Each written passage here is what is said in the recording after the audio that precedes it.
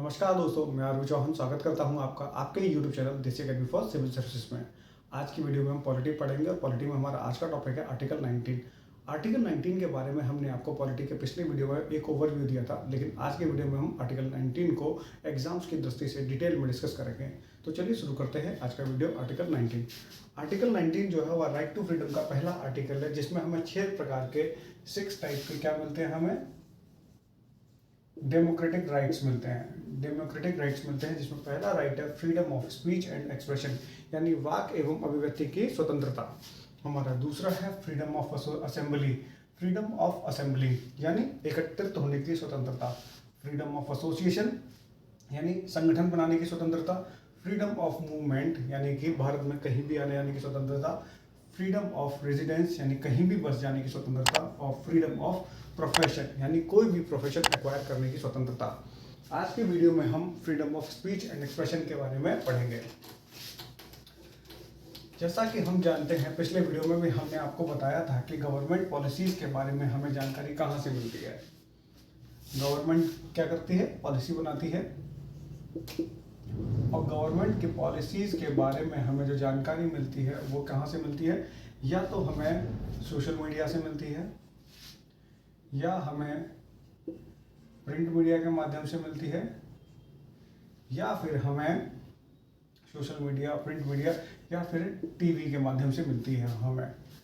और जब इनके माध्यम से कोई पॉलिसी के बारे में जानकारी मिलती है तो जनता क्या करती है, जनता के लिए कुछ पॉलिसीज तो अच्छी होती हैं। जो पॉलिसी बनती है वो या तो अच्छी हो सकती है क्योंकि इससे जनता को फायदा होता है। जनता में मतलब जैसे कुछ लोगों को तो वो पॉलिसी अच्छी लगती है, लेकिन वही पॉलिसी कुछ लोगों को क्या लगती है, अच्छी नहीं लगती है, क्योंकि वो उनके फायदे के लिए नहीं होती है, अच्छी नहीं लगती है। और वहीं कुछ लोग उस पॉलिसी को लेकर क्या रहते हैं, उन्हें कोई फर्क नहीं पड़ता है, क्योंकि यह पॉलिसी सोसाइटी के किसी एक सेक्शन के लिए होती है। कहने का मतलब है कि जनता इस पॉलिसी को लेकर कोई ना कोई एक ओपिनियन या फिर अपना एक पॉइंट ऑफ व्यू रखती है। और यह पॉइंट ऑफ व्यू क्या हो सकता है, या तो गवर्नमेंट के फेवर में हो सकता है, या फिर गवर्नमेंट के अगेंस्ट हो सकता है। या तो गवर्नमेंट के फेवर में होगा ये ओपिनियन, या फिर गवर्नमेंट के अगेंस्ट होगा उसका जनता का पॉइंट ऑफ व्यू। ये जो ओपिनियन है, ये पॉइंट ऑफ व्यू है, ये रखने की ताकत हमें कहाँ से मिलती है, यही हमें अपनी ओपिनियन या पॉइंट ऑफ व्यू को रखने की ताकत अंडर आर्टिकल 19 के तहत मिलती है। और इसी के तहत क्या करता है, इसी राइट के तहत जनता अपने ओपिनियन, पॉइंट ऑफ व्यू या बिलीव्स को क्या करती है, एक्सप्रेस करती है। एक्सप्रेस करती है, यानी अभिव्यक्त करती है।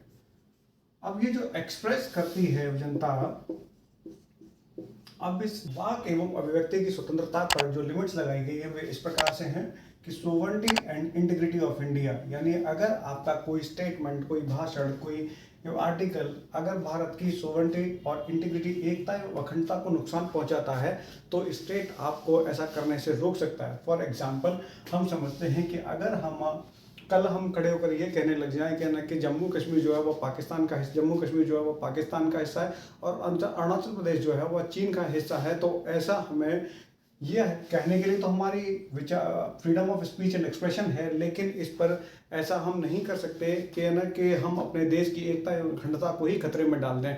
और अगर हम ऐसा करते हैं, जैसे हमने आपको अभी जम्मू कश्मीर और अरुणाचल प्रदेश का एग्जाम्पल दिया, अगर हम ऐसा करते हैं तो स्टेट हमारे खिलाफ एक्शन ले सकता है। वहीं हमारा दूसरा पॉइंट है सिक्योरिटी ऑफ स्टेट। हम अपने आर्टिकल्स के द्वारा, अपने भाषणों के द्वारा अपनी फौज की, अपने देश की सिक्योरिटी को कॉम्प्रोमाइज अगर करते हैं तो भी क्या करता है, स्टेट हमारी फ्रीडम ऑफ स्पीच को रेस्ट्रिक्ट कर सकता है। ऐसी शक्ति उसे संविधान ने दी है। इंसाइटमेंट ऑफ एन ऑफेंस, अगर हम अपने भाषणों के माध्यम से किसी को अपराध के लिए उकसाते हैं, किसी को अपराध करने के लिए उकसाते हैं, तो हमारी इस प्रकार की फ्रीडम ऑफ स्पीच को भी स्टेट रोक सकता है, उसको प्रतिबंधित कर सकता है। पब्लिक ऑर्डर, अगर हम अपने भाषणों के माध्यम से, अपने किसी कार्य के माध्यम से पब्लिक ऑर्डर को यानी पब्लिक ऑर्डर जो है, सार्वजनिक व्यवस्था है, उसको भंग करने की कोशिश करते हैं, तो ऐसे हमारे फ्रीडम ऑफ स्पीच को भी रोका जा सकता है, उसको रेस्ट्रिक्ट कर सकता है। कौन कर सकता है? स्टेट कर सकता है। डिसेंसी एंड मोरालिटी, अगर हम अपनी बातों में हैं, अपने आर्टिकल्स में, अपनी पिक्चर्स में किसी भी तरीके से अगर अपनी डिसेंसी और मोरालिटी को नहीं रखते हैं, तो इस प्रकार की बातों को भी करने से रोका जा सकता है कि जो कि फ्रीडम ऑफ स्पीच के बाहर है, उनको भी स्टेट रेस्ट्रिक्ट कर सकता है। अगर हम किसी व्यक्ति को डिफेम करते हैं, सार्वजनिक तौर पर उसके साथ अपमानजनक शब्दों का इस्तेमाल करते हैं या फिर उसके साथ गाली गलौज करते हैं, तो ऐसी हमारी फ्रीडम ऑफ स्पीच यानी एक्सप्रेशन की ताकत को भी, उस राइट को भी खत्म किया जा सकता है, यानी उस पर भी प्रतिबंध लगाया सकता है। Friendly relation with foreign states, अगर हमारे किसी भी कार्य से, हमारे किसी आर्टिकल से, हमारे किसी कृत्य से अगर हमारे देश के संबंध किसी विदेशी देश के साथ में खराब होते हैं, तो हमारे इस फ्रीडम ऑफ स्पीच और फ्रीडम ऑफ एक्सप्रेशन के राइट को प्रतिबंधित किया जा सकता है स्टेट के द्वारा, और ये सारी की सारी शक्तियाँ जो है उसे संविधान ने ही दी हैं। कंटेम्प्ट ऑफ कोर्ट, अगर हम सुप्रीम कोर्ट के द्वारा दिए गए किसी निर्णय को आलोचना करते हैं, तो वह हमारे ऊपर कंटेम्प्ट ऑफ कोर्ट लगेगा। हम ये भी नहीं कर सकते हैं अपने फ्रीडम ऑफ स्पीच के आर्टिकल का प्रयोग करते हुए। किसका? फ्रीडम ऑफ स्पीच के आर्टिकल के तहत हम ऐसा नहीं कर सकते हैं। तो इस तरह से हमने समझा कि संविधान ने freedom of speech and expression की एक ब्रॉड डेफिनेशन दी है। क्या दी हुई है? ब्रॉडर डेफिनेशन दी है। और साथ ही हमने ये भी समझा कि किन हालातों में या किन ग्राउंड्स पर क्या कहते हैं स्टेट हमारे फ्रीडम ऑफ स्पीच के अधिकार पर प्रतिबंध लगा सकता है, उसको रोक सकता है, ये भी हमने समझा। लेकिन इसके साथ ही साथ कुछ अन्य बातें भी हैं जिन्हें सुप्रीम कोर्ट ने फ्रीडम ऑफ स्पीच और एक्सप्रेशन में रखा है। वे बातें कौन सी हैं? चलिए अब वो जानते हैं। सुप्रीम कोर्ट ने आर्टिकल 19 के फ्रीडम ऑफ स्पीच में जिन बातों को जोड़ा है वे हैं कि हम अब किसी अन्य के व्यू या ओपिनियन का समर्थन कर सकते हैं और उसको आगे बढ़ा सकते हैं।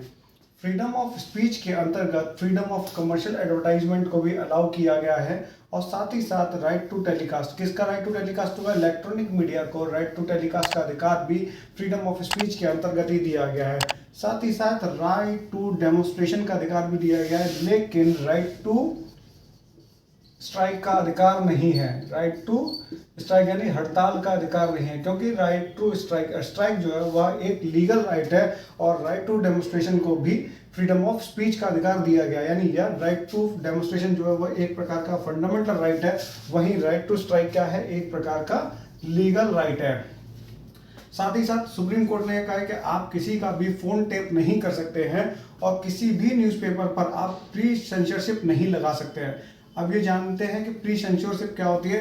प्री सेंसरशिप वो होती है जिसमें न्यूज़पेपर के छपने से पहले ही सरकार से अनुमति लेनी पड़ती है कि जो हम छाप रहे हैं वो सरकार के फेवर में छाप रहे हैं। अगर सरकार उस बात को हाँ कहती है तो उसे छापा जाता है, इसी को हम प्री सेंसरशिप कहते हैं।